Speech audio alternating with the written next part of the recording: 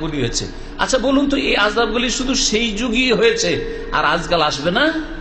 হ্যাঁ, যদি সমষ্টিগতভাবে হাজার হাজার মানুষের জন্য আল্লাহ আযাব পাঠাইতে পারেন, গোটা একটা দেশকে আল্লাহ ধ্বংস করতে পারেন, তাহলে কি একটা ব্যক্তিকে আল্লাহ ধ্বংস করতে পারেন না?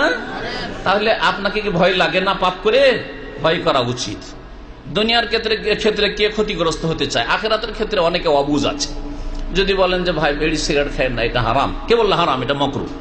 অথচ নিজের দুনিয়ার ক্ষতি করছে, বুঝেও বুঝে না।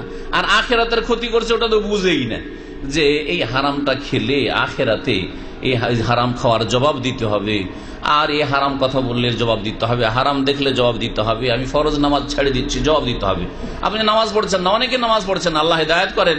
যদি ওকে ভালো মানুষকে বলে যে চলেন নামাজ পড়তে যাই, আর যদি দেখে যে আমার চাইতে জুনিয়র, যাও যাও তোমার কাজ তুমি করো, খবরদার আর বলবে না, বলে না? বলে না? হ্যাঁ, নামাজ পড়ার জন্য ফজরে উঠছে, বেচারা ভয়ে ভয়ে তো একটু লুকিয়ে লুকিয়ে কোন রকম আস্তে আস্তে করে দরজাটা খুলছে, ভয়ে লাইটটাও জ্বালাইতে পারে না, কারণ মেজরিটি বেনামাজিদের। হ্যাঁ, যার ফলে ও লুকিয়ে লুকিয়ে কোন করে উঠছে, একটু হালকা করে দরজাটা খুলছে, আবার যখন মসজিদ থেকে এলো দরজাটা হালকা করে লাগাচ্ছে, তারপরে বলছে যখন তখন ঝগড়া বাঁধিয়ে দেয়। হ্যাঁ, করে না? করে না? যে তুই আমাদের ঘুমটা খারাপ করছিস, ঘুম নষ্ট করছিস, যদি নামাজ পড়িস তো আমাদের রুমে থাকতে পাবি না। করে না? করে না?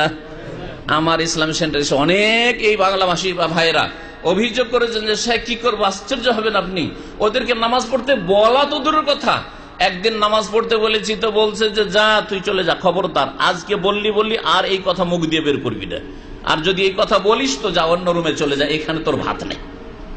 বুঝা গেছে? আর কত যে কষ্ট দিয়ে থাকে, মানসিক কষ্ট। বেনামাজিকে কষ্ট দেবে না, ওই নামাজিকে কষ্ট দেবে, নামাজিকে কষ্ট দেবে। আপনি কি একটু ভয় করেন না যে আল্লাহ পাকের আযাব গোটা দেশের জন্য আসতে পারে, গোটা পৃথিবীকে আল্লাহ ধ্বংস করে দিতে পারেন, তো আপনার আল্লাহর আযাব আসতে পারে না?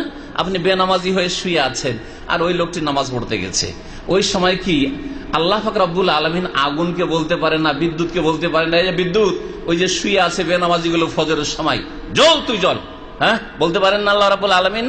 আর আপনার বিল্ডিং এ ভিলাতে আগুন লাগতে পারেন না? ভয় লাগে না? না, গত সপ্তাহে আমি উমরার সফরে ছিলাম, সামনে একটা পত্রিকা আসলো, মদিনা পত্রিকা মদিনার, ছিলাম মক্কায়। তো সেই পত্রিকায় দেখছি দাম্মাম শিকর পাশে আদামা নাম দিয়ে লিখেছে, আদামাতে আগুন লেগেছে। আমি বসে বসে দেখছি বাবু, আদামাতে আগুন লেগেছে, আর আগুনটা দেখা যাচ্ছে যে ওই 7 তলার উপরে আগুন লেগেছে, আর তাতে 2টো শিশু মারা গেছে, আর কয়েকজন একেবারে সিরিয়াস অবস্থায় হসপিটালে ভর্তি আছে। এটা কি আপনার মতো বেনামাজিদের অবস্থা হইতে পারে না? যারা নামাজ পড়তে গেছে তারা আলহামদুলিল্লাহ বেঁচে গেল, আর আপনি বেনামাজি হয়ে শুয়েছিলেন, শয়তানকে সুযোগ দিয়েছেন। আল্লাহ বলছে আগুন, তুই ভিলাতে আগুন লাগা, হ্যাঁ, তোর কাজ তুই করতে পারেন নাকি? জি হ্যাঁ, এটা কি হইতে পারে না? যে কোনো সময় হইতে পারে। কে রক্ষা করতে পারেন? একমাত্র আল্লাহ রাব্বুল আলামিন। সুতরাং আল্লাহকে রাজি রাখতে হবে, আল্লাহকে রাজি রাখতে হবে।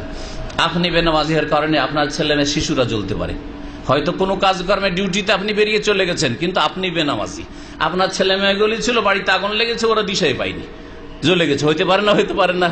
এই আযাব আপনার উপর আসতে পারে। তো একটু আল্লাহকে, দুনিয়ার ক্ষেত্রে কেউ ক্ষতিগ্রস্ত হতে চান না,